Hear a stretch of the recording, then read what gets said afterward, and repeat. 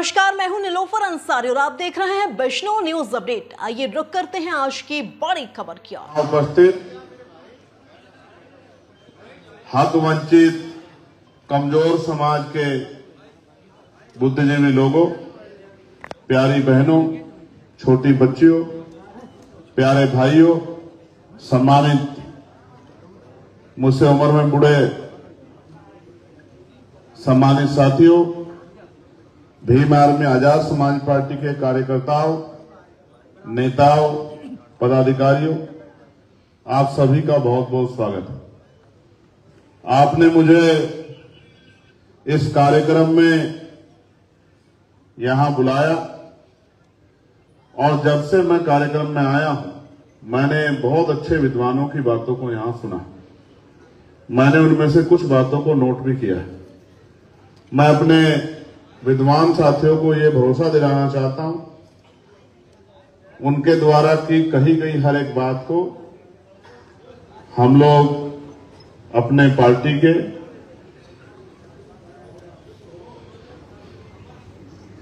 विभिन्न पटलों पर लागू कराने का और उन विचारों को संकलित करने का काम हम लोग करेंगे। इस बात का मैं आपको विश्वास दिलाता हूं।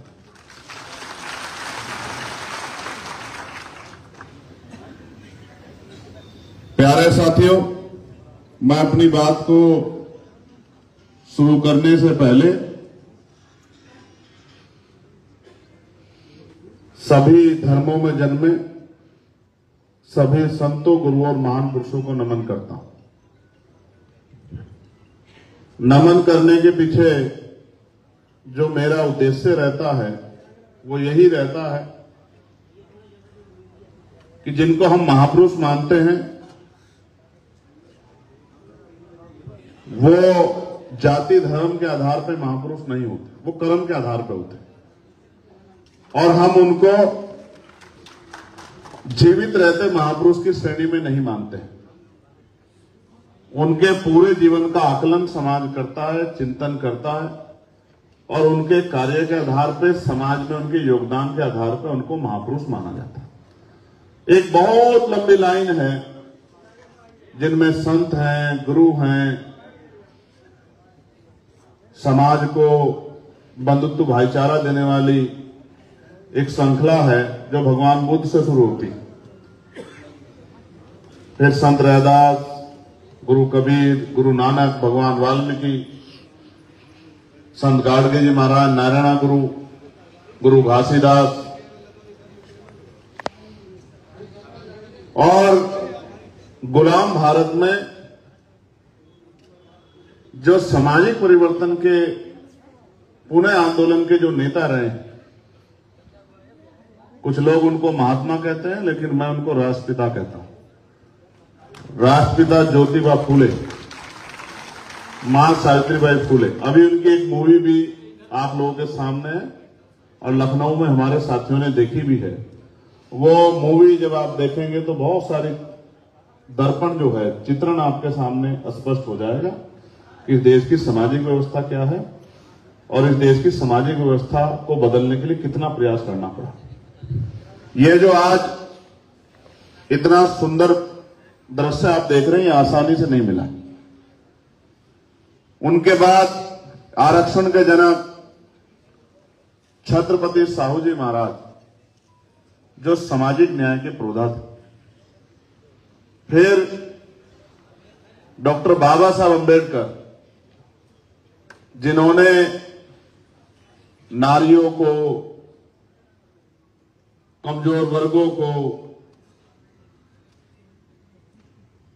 हाशिए पे गिराए गए, दबाए गए लोगों को मान सम्मान का जीवन दिलाने के लिए भारतीय संविधान को रचने का काम किया, लिखने का काम किया।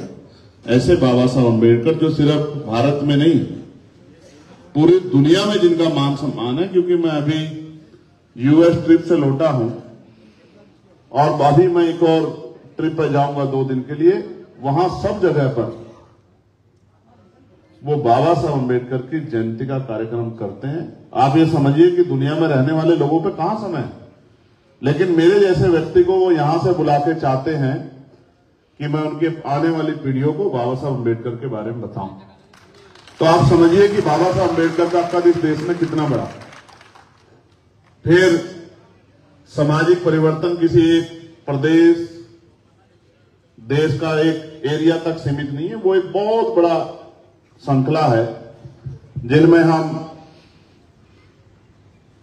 जननायक कर्पूरी ठाकुर को, बाबू जगदेव प्रसाद कुशवाहा को भी देखते हैं, जिनमें हम महामना रामसु वर्मा जी को भी देखते हैं, चौधरी महाराज सिंह भारती को भी देखते हैं, सर छोटू राम को भी देखते हैं, ईवी पेरिया रामानायकर स्वामी को भी देखते हैं, प्यारेलाल यादव को भी देखते हैं। बाबू जगदेव प्रसाद कुशवाहा जी के मैं जीवन से बड़ा प्रभावित हूं, क्योंकि एक आंदोलन में उनको गोली लगी थी और जब मैं अपनी गोली को याद करता हूं तो उनका जीवन मेरे बहुत याद आता है। बाबू शिवदयाल चौरसिया जी को, संतराम बी ए प्रजापति जी को, कोतवाल धन सिंह गुर्जर जी को, विजय सिंह पथिक जी को, मान्यवर दीना भाना वाल्मीकि साहब को और मेरे राजनीतिक गुरु मान्यवर साहब काशीराम जी को भी मैं यहां श्रद्धा के सुमन अर्पित करता हूं, जिनको पढ़ने के बाद मेरे जीवन में एक बहुत बड़ा बदलाव हुआ। और क्योंकि आज 1 जून है, तो 1 जून 1968 में अर्जक संघ की स्थापना हुई थी और आज 1 जून हम लोग सेलिब्रेट कर रहे हैं। ये कार्यक्रम 1 जून में रखने का कारण ही ये था कि हम इतने बड़े पैमाने पे अर्जक संघ के जो प्रमुख हैं उनको सबको याद करें, जिन्होंने अपना जीवन बलिदान किया समाज में वैज्ञानिक दृष्टिकोण लाने के लिए, समाज में चिंतन लाने के लिए। तो अर्जक संघ का स्थापना दिवस है, उसको भी हम लोग सेलिब्रेट करते हैं। और आज मेरे भाई का बर्थडे भी है, नीरज पटेल जी का, ये भी बहुत अच्छी बात है। मैं उनके बर्थडे को भी जो है हम आज यहां मंच से सेलिब्रेट करते हैं। प्यारे साथियों, मैं अपनी बात को शुरू करते हुए महाराजा बिजली पासी जी को भी याद करूंगा।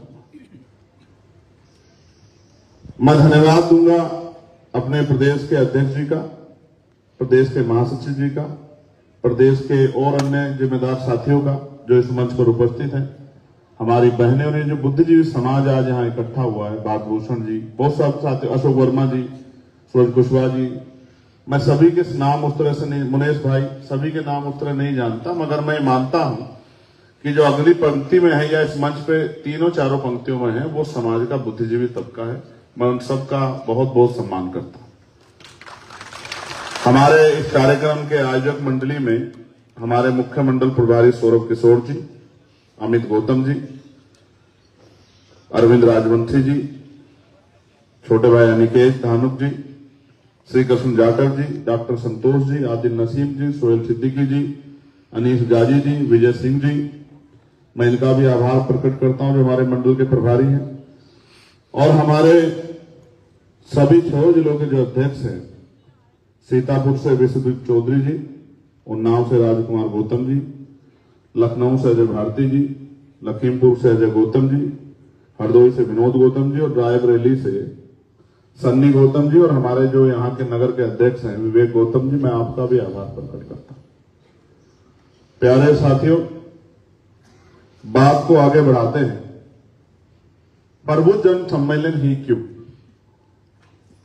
कोई और नाम भी हो सकता था।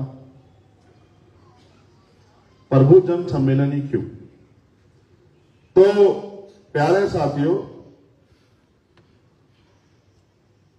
जो परिवार का जिम्मेदार व्यक्ति होता है उसको भूतकाल, वर्तमान और भविष्य पे ध्यान रखना पड़ता है। भूतकाल में जो हुआ है, पिछला आंदोलन क्यों फेल हुआ, इस बात पे, वर्तमान में जो चल रहा है इस बात पर, भविष्य में क्या होगा इस बात पे ध्यान रखना परिवार के मुखिया की, एक नेतृत्वकर्ता की और किसी भी संगठन, किसी भी मूवमेंट के आखिरी कार्यकर्ता की जिम्मेदारी होती है। हम लोग जब बैठे थे, एक दिन हमारी कोर कमेटी ने चर्चा की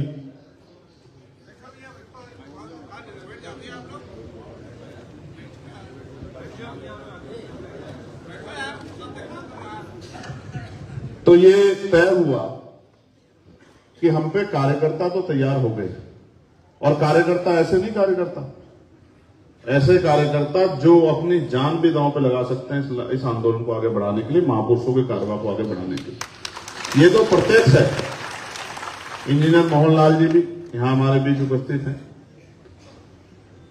ये तर्क संगत है, न्याय संगत है, और कार्यशैली के आधार पर मैं कह रहा हूं कि अगर आज किसी के पास ईमानदारी के आधार पे, संघर्ष के आधार पे और समर्पण, थोड़ा सा समर्पण ये जो है पैदा करने का प्रयास हम लोग कर रहे हैं, जिस दिन ये समर्पण पैदा हो जाएगा तो मैं डंके की चोट पर कह सकता हूं, लेकिन आज भी मैं इस बात कह सकता हूं कि अगर किसी पे ईमानदार संघर्षशील कार्यकर्ता है तो वो आजाद समाज पार्टी भीम आर्मी पे है। इसके अलावा कोई पार्टी, कोई संगठन ऐसा नहीं। बस इनको करना क्या है, इनको दिशा देने का काम हम बुद्धिजीवी लोगों को करना है। तो प्रबुद्ध जन सम्मेलन ही क्यों? ये चर्चा हुई कि ऊर्जा तो तैयार हो गई है, एनर्जी तो तैयार हो गई, अब इसको शेप देनी, इसको डायरेक्शन देनी। तो डायरेक्शन कौन दे सकता है? समाज दो हिस्सों में बटा हुआ है। समाज में संविधान की वजह से 10, 12, 15% लोग schedule caste, schedule tribe, backward और माइनॉरिटी में, मुस्लिम समाज में 10, 12, 15% लोग तैयार हुए हैं, और बाकी उसी समाज का 80-85% समाज, 90% समाज हाशियत है। तो ये जो 10, 12, 15% लोग तैयार हो गए, जो नौकरी में गए, जिन्होंने रोजगार किए, जिनको, ये कौन लोग हैं? जिनको दोनों टाइम का भोजन आसानी से मिलता है, जिनके पास पहनने के लिए अच्छे कपड़े हैं, जिनके पास चलने के लिए साधन है, जिनको अगर वो 10 दिन काम पे ना जाए तो ये दिक्कत नहीं होगी कि घर में रोटी कहां से आएगी, कपड़ा कहां से आएगा, फीस के पैसे कहां से आएंगे, तेल के पैसे कहां से आएंगे। ये 10, 12, 15% समाज जो तैयार हुआ, ये जो समाज को दिशा दिखाने का काम करता है। और एक 80-85% समाज वो है जो सुबह उठता है, खेतों में काम करता है, फैक्ट्रियों में काम करता है, कंपनियों में काम करता है, बिल्डिंगों में काम करता है, मैला उठाता है, तमाम तरह की मुसीबत वो करता है, कुछ की दुकानों पे काम करता है, और सुबह जाता है, पूरे दिन मेहनत करता है, और थका हारा शाम में घर आता है, और आके जो जिस तरह का भोजन तैयार हुआ है उसको खा पी के और सो जाता है। उसको नहीं पता देश में क्या चल रहा है, स्टेट में क्या चल रहा है, दुनिया में क्या चल रहा है, हम इकोनॉमिक रूप से कहां हैं, हम सांस्कृतिक रूप से किस तरफ बढ़ रहे हैं, हम धार्मिक रूप से किस तरफ बढ़ रहे हैं, हम एजुकेशन में कहां हैं, हम हंगर स्ट्राइक में कहां। उसको कोई मतलब नहीं इन सब चीजों से। उसको एक ही चीज पता है कि हम पैदा हो गए, और वो ये सोचता है कि हम पैदा हो गए, किसी तरह से हमारा जीवन पूरा हो जाए बस, और हम वापस जो है जहां से आए वहां चले जाए। तो ये जो 80-85% समाज है, इसको तैयार कौन करेगा? इनको रास्ता कौन दिखाएगा? तो कुछ पार्टियां तो प्रबुद्ध जन सम्मेलन कराती हैं, वो वर्ण व्यवस्था को मानने वाली पार्टियां हैं, वो मनुवाद को मानने वाली पार्टियां। मैं स्पष्ट तौर पर कह रहा हूं, ना किसी लड़ाई, ना किसी झगड़ा, सीधी बात। उनका मानना है कि अभी भी देश में एक जाति प्रबुद्ध है, एक ही जाति ज्ञानवान है, एक ही जाति है जो नेतृत्व कर सकती है, एक ही जाति जो रास्ता दिखा सकती है। मेरी इस बात से असहमति है, क्योंकि मैं डॉक्टर बाबा साहब अम्बेडकर को मानने वाला व्यक्ति, मेरी इस बात से स्पष्ट असहमति। मैं मानता हूं कि जब रेस की लाइन एक होगी और फिर आप कंपटीशन करा लो, फिर आपको पता रहेगा कि कौन बुद्धिजीवी है, कौन प्रबुद्ध है, किसमें कितनी क्षमता है। अभी तो देश गैर बराबरी की जड़ों में जकड़ा हुआ है। मैं आपको उदाहरण बताता हूं, ताजे उदाहरण, 4-5 दिन पुराने उदाहरण। मेरी 4 बच्चियों से बात हुई है, एक रैगर समाज से थी, एक वाल्मीकि समाज से थी, 2 जाटो समाज से, राजस्थान में। हाई स्कूल या 10th का उनका रिजल्ट आया भाई, नंबर 99.83, 99.53, 95.67, 93.64, और मैंने उनके घर के हालात देखे। एक बच्ची के फादर सरकारी नौकरी में, बाकी 3 हाशिए में हैं। एक के फादर प्राइवेट जॉब करते हैं, एक बच्ची उसके फादर छोटा मोटा वहां काम करते हैं, और एक बच्ची जब किसकी कल मुझसे बात हुई, उसके फादर नहीं है। मैंने उससे पूछा कि बिटिया पापा क्या करते हैं, तो वो रोने लगी। तो मुझे लगा कि कुछ हुआ है, तो मुझे पीछे से किसने कहा कि इसके पापा नहीं। तो मैंने पूछा मां क्या करती है, और फिर भावुक हुई। मुझे ये अंदर भय हुआ कि भाई क्या पता मां है या नहीं है। तो पता लगा कि मां जो है वो सफाई कर्मचारी का काम करती। अब आप ये महसूस करके देखो, मैं उसी घर को दर्पण बनाता हूं जिसकी मां सफाई कर्मचारी का काम करती है और सुबह मैला उठाने के लिए लग जाती है, और वो मुझे पानी देना, शाम के समय लौटती है। उस परिवार की शिक्षा दीक्षा की जिम्मेदारी कैसी होगी? जिसके फादर ना हो उसकी क्या हालत हो गया, सोचो। मुझे उस बेटी पे इतना गर्व हुआ, और मैंने उसको कहा कि मैं जल्दी तुझे दिल्ली बुलाऊंगा, और मुझे जो करना है मैं वो करूंगा उन बच्चों के लिए। मेरे दिल में अच्छा है। प्यारे साथियों, ये उदाहरण है कि इतने अभाव में रहते भी वो चैलेंज कर रहे हैं उनको जो कहते हैं कि हम प्रबुद्ध हैं। 99.83% का नंबर मतलब समझते हैं हम? मुझे लगता है शायद कोई एक शब्द उससे गलत लिखा गया होगा, बस आप एहसास करके देखो। और मैंने तो उसको ये भी कहा कि बेटा जितना तुम्हारे दोनों बार में जुड़ गया, हमारा जितना तुम्हारा एक बार में, हमारे तो 2 बार में भी नहीं आए। आप महसूस करके देखो, रेस की लाइन एक नहीं है, बराबर सुविधा सम्मान नहीं है। अगर बराबर सुविधा सम्मान होता तो मैं गारंटी दे कहता हूं कि 100 में से 100% नंबर लाने का काम वो चारों बच्चियां करती, अगर बराबर सुविधा सम्मान हो। तो प्यारे साथियों, इसलिए हमने प्रबुद्ध जन सम्मेलन बुलाए कि समाज का जो तैयार तबका है, बुद्धिजीवी तबका है, जो जिसको पेट जिसका भरा हुआ है, जो देश को देख रहा है, प्रदेश को देख रहा है, वो उसको हम ये आग्रह कर रहे हैं कि भाई अब आप आ जाओ और इस तैयार हुए लोगों को दिशा दिखाने में हमारी मदद कराओ। आप महसूस करके देखो, इनकी हिम्मत देखो, और सराहो मेरे साथ इनकी हिम्मत को। मोटरसाइकिल में तेल अपना गिराते हैं, ना धूप देखते हैं, ना छांव देखते हैं, ना दिन देखते हैं, ना रात देखते हैं, ना कोई तनख्वाह मिलती है, ना कोई भविष्य की कोई योजना है। एक ही बात इनके मन में संकल्प है कि हमें बाबा साहब अम्बेडकर के, मान्यवर काशीराम साहब के, अपने महापुरुषों के कारवा को आगे बढ़ाना है। हमें शक्ति हासिल करनी है, और शक्ति से जो है हमें एक ऐसा समता मूलक समाज बनाना है जिस समाज की कल्पना हमारे महापुरुष करते थे।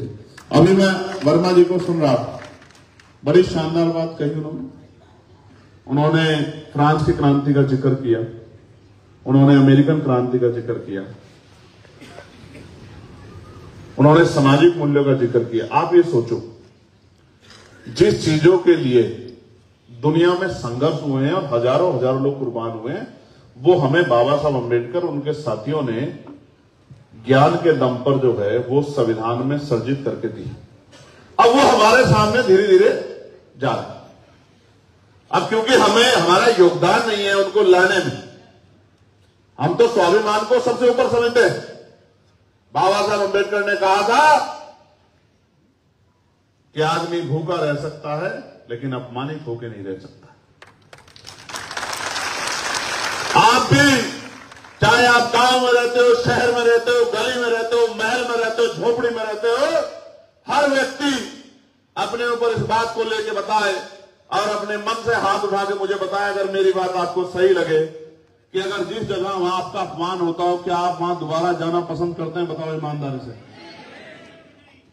करते हो या नहीं करते हो? बताओ, नहीं करते हो तो आप महसूस करके देखो।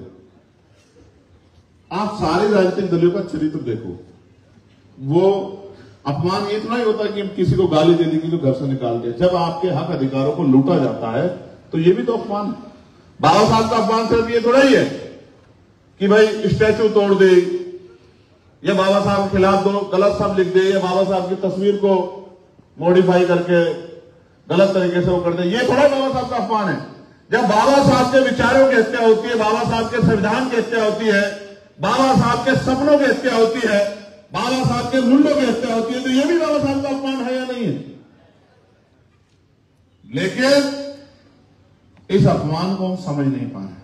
देखिए, देश में राजतंत्र था और राजतंत्र में राज बदलने के लिए युद्ध होते थे, संधियां होती थी। घोड़ों पे, ऊंटों पे, हाथियों पे सेना आती थी, पैदल सेना आती थी, तलवारें चलती थी, भाले चलते थे, बंदूकें चलती थी, तोपें चलती थी और हजारों हजारों सैनिक शहीद हो जाते थे, तब राज बदलता था। अब बाबा साहब अंबेडकर ने इस देश को क्या दिया? आलोचना करना उनकी आसान, उनके ऊपर सवाल उठाना आसान है, लेकिन दिया क्या है इस बात पे गौर करो। दिया यह है कि राज बदलने के लिए ना आपको तलवार खरीदनी, ना बंदूक खरीदनी, ना तोप खरीदनी, ना आपको हाथी लाना, ना घोड़ा लाना, ना बैल बकरी लाना, ना आपको युद्ध की कला सीखनी, ना आपको युद्ध करना।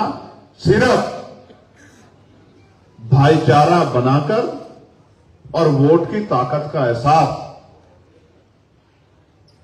आपको लोगों को कराना है। और उस वोट की ताकत से सिर्फ पहले ठप्पा लगता था और अब ईवीएम का बटन दबा के राज बदल जाता है। देखो कितना आसान कर दिया सबको।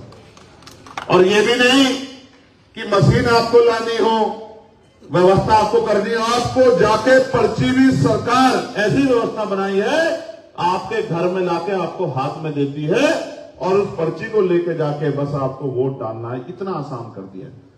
अब मैं बहुजन समाज के आजादी के 70-75 साल के अनुभव पे उनके आचरण पे, उनके व्यवहार पे नजर डालता हूं तो मुझे दिखता है कि वो 8 घंटे मजदूरी तो कर सकता है पेट पालने के लिए, वो तमाम तरह के संघर्ष तो कर सकता है, लेकिन वो 2 घंटे भाईचारा बना के समाज को जागरूक करके वोट के आधार पे अपनी जिंदगी बदलने के लिए बहुत कुछ नहीं कर सकता। ये भी जो एक मानसिक गुलामी। मैंने बचपन में कहानी पढ़ी थी, सुनाऊं आपको? सुनाऊं? कहानी ये है कि महावत समझते कौन होता? जो हाथी को चलाता है। महावत जो हाथी का छोटा बच्चा होता है, उसके पैर में वो जंजीर डालता है, मोटी सी जंजीर।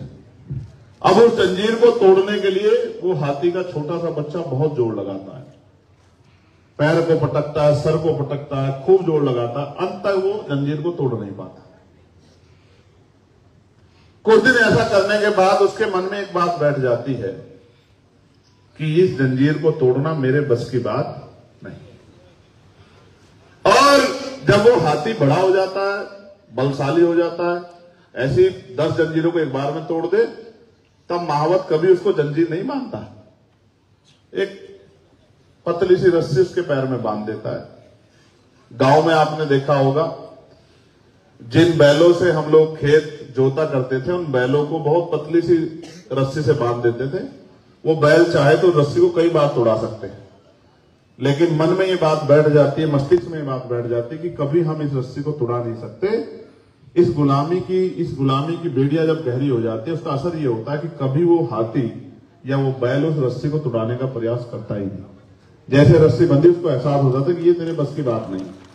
ऐसे आपको ये एहसास हो गया कि आजाद भारत में भी गुलामी की बेड़िया काटना, राजकाज लाना आपके बस की बात नहीं है।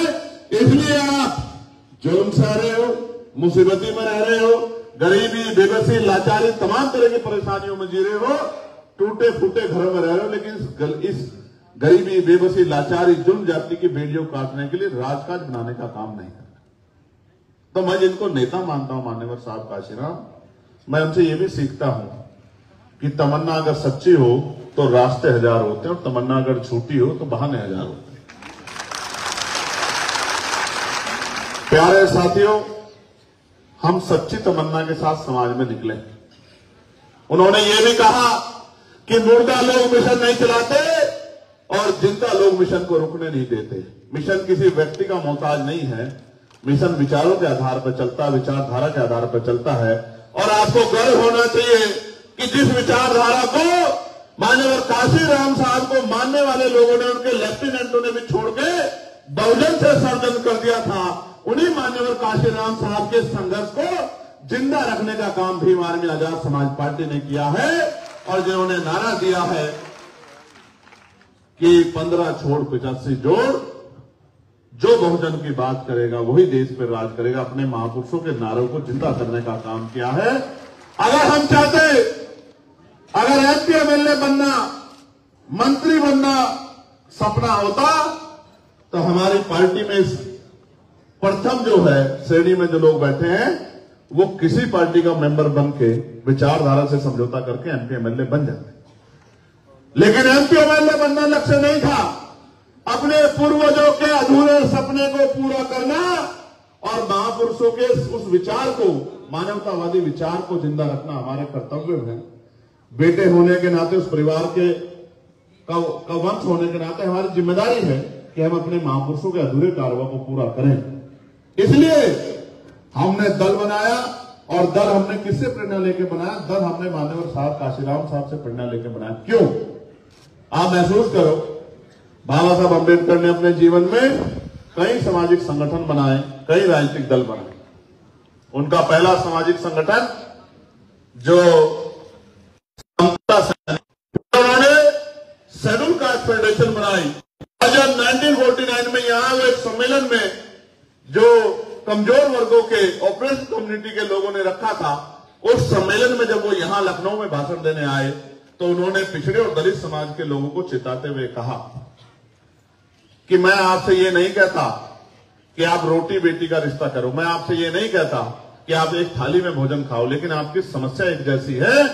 उन समस्याओं से लड़ने के लिए आपको एकजुट होकर राजनीति करनी चाहिए। ये संदेश मैं आपको देना चाहता हूं, क्योंकि लोकतंत्र 51% सहमति का विचार है। अगर 49% विषयों पे आपकी सहमति नहीं होती और 51% विषयों पे आपकी सहमति है तो आप मिलकर राजनीति कर सकते हैं। इसलिए ये भाषण बाबा साहब अम्बेडकर ने लखनऊ में दिया था कि जिस दिन आप मिलकर राजनीति करोगे तो ये जो लोग आज कुर्सियों पर बैठे हैं, आपके जूतों के फीते बांधने में भी अपने आप को गौरवान्वित महसूस करेंगे अगर आप मिलकर राजनीति करने लगे। उस दिन, जिस दिन पॉलिटिकल पावर आपके हाथ में होगी, उसी दिन आप प्रदेश और देश के में अपने एजेंडे को, अपनी पॉलिसी को लागू करा सकते हैं।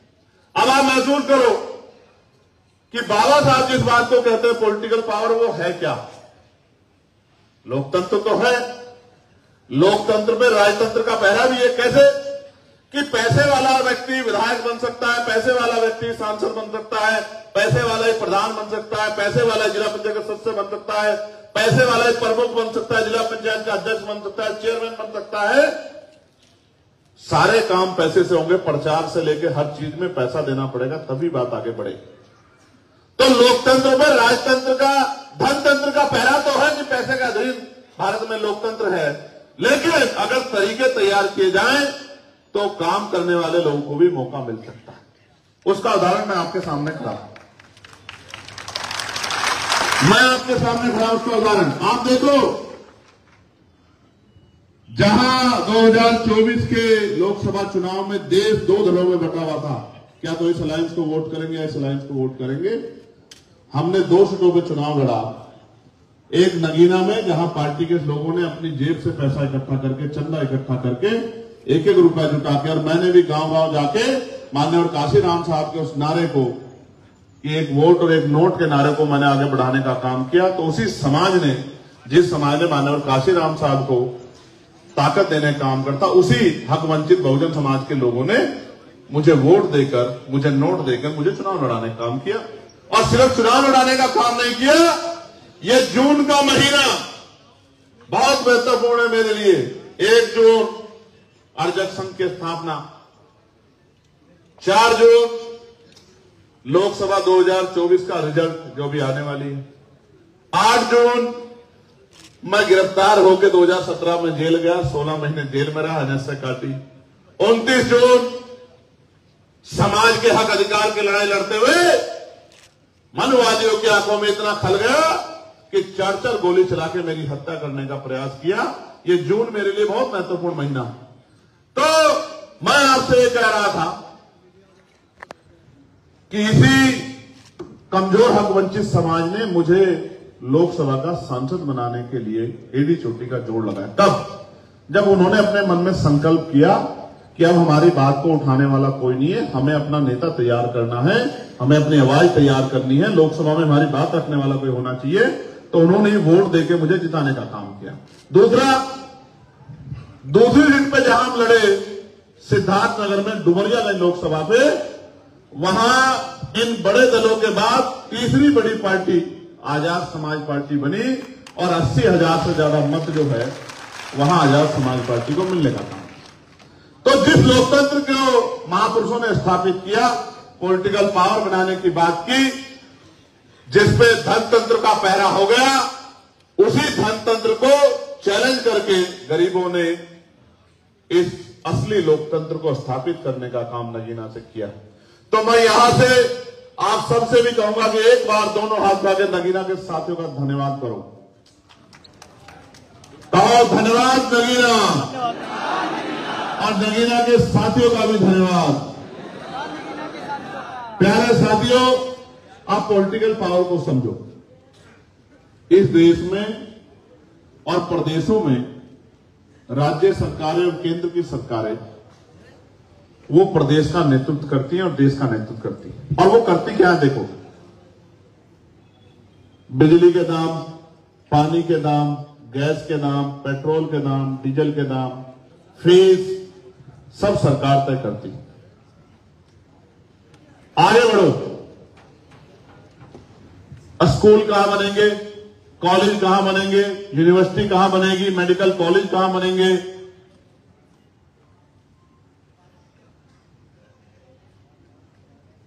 इंडस्ट्रियल एरिया, औद्योगिक क्षेत्र कहां लगेंगे, सरकार तय करती है। किस समाज को, किस क्षेत्र को कितना पैसा मिलेगा, किस डिपार्टमेंट को कितना पैसा मिलेगा, सरकार तय करती है। किसको रोटी कपड़ा मकान मिलेगा, सरकार तय करती है। किस विभाग में नौकरी निकलेगी, कितनी नौकरी निकलेगी, ये सरकार तय करती है। आरक्षण के फॉर्मूले पूर्ण रूप से लागू होंगे नहीं होंगे, ये सरकार तय करती है। 69 शिक्षक भर्ती के बच्चे हमारे बैठे हैं, वो जानते हैं 20,000 पदों पर इसी सरकार ने डाका डाल लिया था और यहां के नेताओं ने मुंह पे टेप लगा के उन बच्चों को पिटने के लिए यहां लखनऊ में छोड़ दिया था। उन बहनों पे पड़ती लाठी देख के मैं घर नहीं बैठ पाया, मैं अपनी आंखों को भी नहीं रोक पाया। मैं यहीं लखनऊ आया और 5 दिन तक लगातार उनके धरने में बैठा रहा। उसके बाद एक बड़ी सभा बुलाकर इस आंदोलन को परवान चढ़ाने का काम किया। सरकार ने झुक के 6,800 नियुक्ति देने का काम किया और बाद में अपने लोग कोर्ट में भेज के उस नियुक्ति को रुकवाने का काम किया। यहां कितने षड्यंत्र होते हैं, किस किस पटल में षड्यंत्र होते हैं, मेरे भोले वाले लोग आप लोग नहीं समझ पाओगे। जैसे जैसे हमारी ताकत बढ़ेगी, तमाम तरह के आरोप, तमाम तरह की बातें, तमाम तरह के झूठ, तमाम तरह के गुमराह करने के एजेंडे आपके बीच में लागू किए जाएंगे। तमाम रोने पीटने की बात की जाएगी, तमाम सपने आपको दिखाने का, आपको गुमराह करने का प्रयास किया जाएगा। मगर मेरी एक बात को मान लेना, जो बात आपसे कहना, मेरे याद है मैं लखनऊ आया था, अमन की जान गई थी, पुलिस के कर्मचारियों ने पीट पीट के उसको मार दिया। मेरे याद है लखनऊ में घर टूट रहे थे और हमारा नौजवान नेता अनिकेत सीना तान के उस बुलडोजर के सामने खड़ा था। मेरे आज भी याद है, मैं नहीं भूला,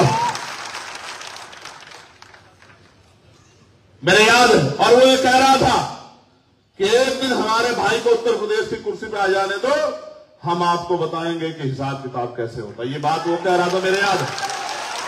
हालांकि मैंने उसको फोन पे कहा कि पुलिस तो सरकार की होती है भाई, इनसे क्या लड़ना, बेचारों से, अधिकारियों से क्या लड़ना, ये तो सरकार के अधीन होते हैं, सरकार के कर्मचारी होते हैं।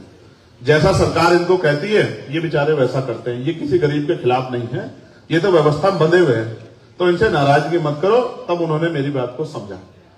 यही लखनऊ आपको याद होगा कि एक वो बेचारे काम तो चाय बेचने का करते हैं, दुकानें उनकी हमारी में से चलती है, और वो यहां लखनऊ में खड़े हो कह रहे हैं कि मनुस्मृति अच्छी है और संविधान बेकार है। तो जैसे ये फौज वहां गई और उनसे कहा कि बताइए क्या अच्छा है, तो कहा संविधान अच्छा है, और माफी मांगने का काम किया। ये लखनऊ आपको याद हो। हालांकि मैं चाहता हूं कि लोग माफी ना मांगे, लेकिन लोग दिल से संविधान को माने। देखो, संविधान से दिक्कत किसको है? जो गैर बराबरी को मानता हो, किसी जाति धर्म का, जो छुआछूत को मानता है, जो ऊंच नीच को मानता है, जो गरीबों के तन पे अच्छे कपड़े नहीं देखना चाहता, जो आज भी चाहता है कि वो गरीबों के बच्चों को नोच ले और मनुस्मृति के हिसाब से उस पर कोई कार्रवाई ना हो, वो अपने घर में आराम से पढ़ के सोए। वो लोग चाहते हैं कि ये संविधान, वो लोग ये कहते हैं कि संविधान बुरा है, जबकि सत्य ये है कि दुनिया में अगर सबसे बड़ा संविधान कहीं है और सबसे महान संविधान कहीं है तो वो भारत में है। डॉक्टर बाबा साहब अम्बेडकर, उनके साथियों ने लिखा। वो लोग चाहते हैं मैं किसी की जमीन छीन लो, मुझसे किसी ने आग उठा के देख ली, मैं उसकी खाल उतार लूं तो मेरे ऊपर कोई कार्रवाई ना हो। आपने देखा किस तरह पिछले 2 महीने में अपराध की बाढ़ आई है, बारातें रुक रही। बारातें तो जिंदा लोगों की हैं, लेकिन मरने वाले लोगों की अर्थियां रुक रही। आज भी इतना भेदभाव है। इसका जीता जागता उदाहरण सुनो। ग्वालियर में chief justice of Madhya Pradesh ने ऑर्डर किया था कि ग्वालियर में हाई कोर्ट में बाबा साहब अम्बेडकर की प्रतिमा लगनी चाहिए, और कहते हैं, सारे लोग कहते हैं कि न्यायपालिका की नहीं मानते हो, न्यायपालिका की नहीं सुनते हो, हम न्यायपालिका की मानते हैं। उन्हीं लोगों ने chief justice of Madhya Pradesh के ऑर्डर को ना मानते हुए बाबा साहब अम्बेडकर की प्रतिमा को ग्वालियर के हाईकोर्ट में लगने नहीं दिया। वो ग्वालियर के हाईकोर्ट में बाबा साहब अम्बेडकर, जो पहले कानून मंत्री थे, जो संविधान के रचयिता थे, जिनको सिंबल ऑफ नॉलेज दुनिया में कहा जाता है, जो करोड़ों नारियों के, जो तमाम जाति धर्म की नारियां हैं, जो उनके मुक्तिदाता थे, उनकी स्टैचू नहीं चाहते, वो राजस्थान हाईकोर्ट जैसे मनु महाराज की स्टैचू वहां लगवाना चाहते हैं। ये फर्क है हम लोगों में और उनमें। हम न्याय प्रिय लोग हैं,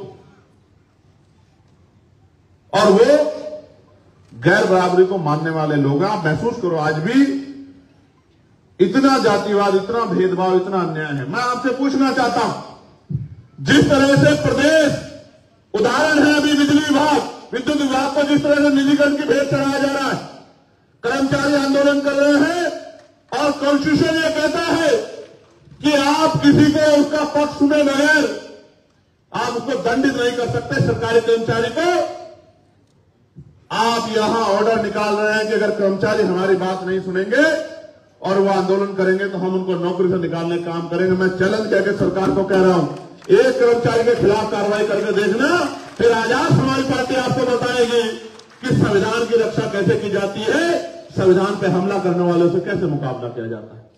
प्यारे साथियों, निजीकरण उदाहरण है कि 1.5 लाख से ज्यादा नौकरियां इस विद्युत विभाग में schedule caste, schedule tribe, backward के लोग करते हैं।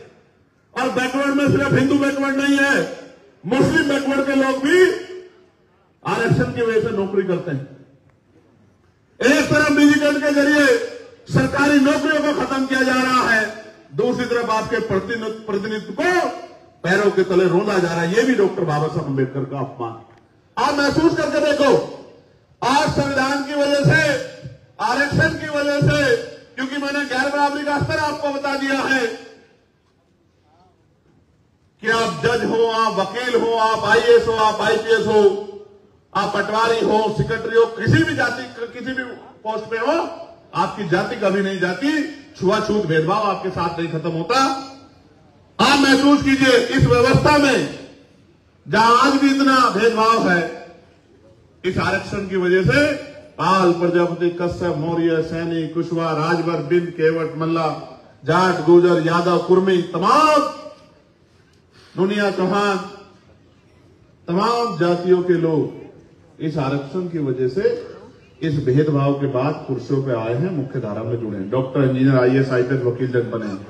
और उसके साथ चमार, वाल्मीकि, पासी, धोबी, कोरी, खटीक, तमाम जितनी जातियां शेड्यूल कास्ट की उत्तर प्रदेश में 66 जातियां, वो सब लोग अगर इस भेदभाव के बाद आगे बढ़ने का अवसर उनको मिला है, नौकरी रोजगार मिला है, तो इस आरक्षण की वजह से मिला। एक तरफ ये 33% आरक्षण महिलाओं को देने का काम जो है उस बिल को पार्लियामेंट में पास कराने का काम करते हैं, एक तरफ ये 2019 में आरक्षण के विरुद्ध ईडब्ल्यूएस लाके, मैंने आपको कहा था कि आपको नेता पहचानना हो तो उसके कर्मों के आधार पर पहचानिए, उसकी जाति के आधार पर नहीं। आप महसूस करके देखो, जितने पढ़े लिखे लोग हैं इस मंच पे मेरी बात को एकदम हाथ करके नकार देना अगर मैं गलत बोल रहा हूं। क्या ईडब्ल्यूएस संविधान सम्मत है? बताइए, मैं गलत तो नहीं कह रहा हूं। ईडब्ल्यूएस संविधान में आरक्षण का प्रावधान क्या आर्थिक आधार पर है?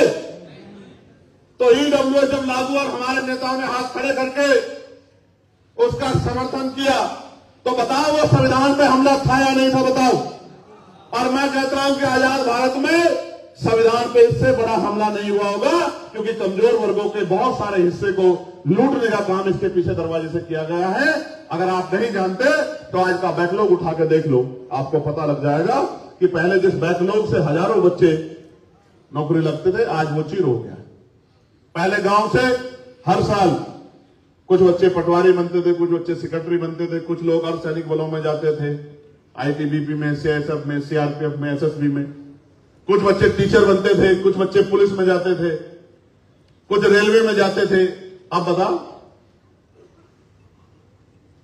कोसों कोसों दूर भी नहीं पता लगता किसी का बच्चा रोजगार पे लगा है। और दूसरी तरफ अपने पूंजीपति मित्रों को खुश करने के लिए सरकार सारे इंतजाम कर रही है। मैं ये बताना चाहता हूं, जब मैं भविष्य की तरफ देखता हूं और मैं बुद्धिजीवियों की तरफ देखता हूं तो मुझे महसूस होता है कि हो सकता है आने वाले 10 साल के बाद सरकारी नौकरी नाम की चीज भी ना रहे।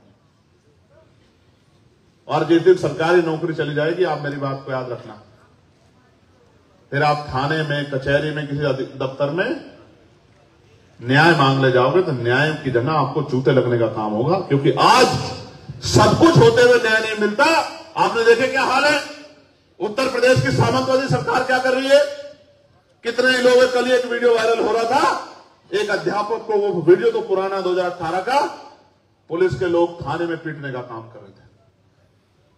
कितने ऐसी जगह जहां रेप होने के बाद, हत्या होने के बाद, और मैं तो गजब की बात पढ़ रहा हूं, पिछले 3-4 घटनाएं ऐसी हुई जिसमें मार के लटका दिया गया और पुलिस ने उसका खुलासा किया है कि उसने खुदकुशी कर ली। और कोई अगर परिवार का व्यक्ति पूछ रहे कि तथ्य क्या है साहब, किस आधार पे, तो पुलिस के लोग गुर्रा कहते बताऊं तुझे, अभी तुझे जेल भेज दूंगा। और बेचारे गरीब लोग चुप हो जाते हैं कि जेल ना जाना पड़ जाए। कई ऐसे मामले हैं जिनमें पुलिस की पिटाई से लोगों की जान गई और उनपे एक ही लाइन लिखी आती है अखबार में कि सीने में दर्द होने से जान गई। आप समझो, आईपीएस साहब, पूर्व आईपीएस साहब यहां बैठे हुए हैं, उनका अनुभव बड़ा है इस मामले में, लेकिन मेरे पास भी अनुभव, हालांकि मैं पुलिस का सबसे बड़ा हिमायती हूं।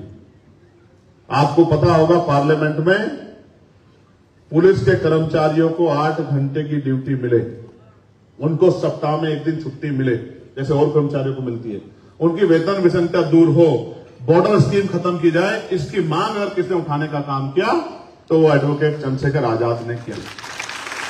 और सिर्फ काम ही नहीं किया, मैं जिस कमेटी में हूं, हमारे साथी जानते हैं, रिपोर्ट बन रही है, अगले 2-3 साल के अंदर रिफॉर्म होगा और पुलिस के भाइयों की भी जो समस्या है उनको भी हम लोग खत्म कराने का काम करेंगे, ये भी मैं आपको विश्वास दिलाऊं।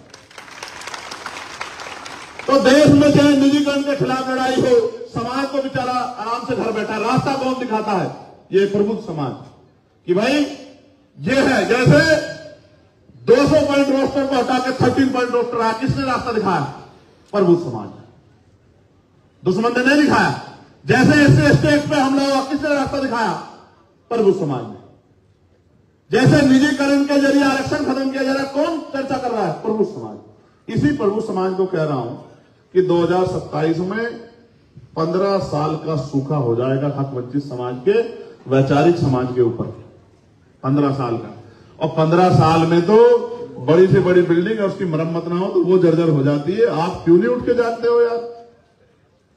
क्यों नहीं जागते हो? क्यों नहीं समझते हो कि इस 15 साल में आप 30 साल पीछे चले गए और अगले 5 साल और लगे तो आप 50 साल पीछे चले जाओगे? क्यों नहीं समझते?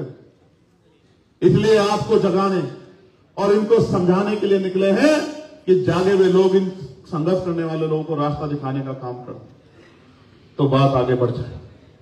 प्यारे साथियों, बात मुस्लिम समाज की हो रही थी। फिलहाल के लिए इतना ही। बिजनौर की हर खबर सबसे पहले देखने के लिए जुड़िए हमारे चैनल बिजनौर न्यूज अपडेट से। और हाँ, चैनल को लाइक व सब्सक्राइब करना ना भूलें। नमस्कार।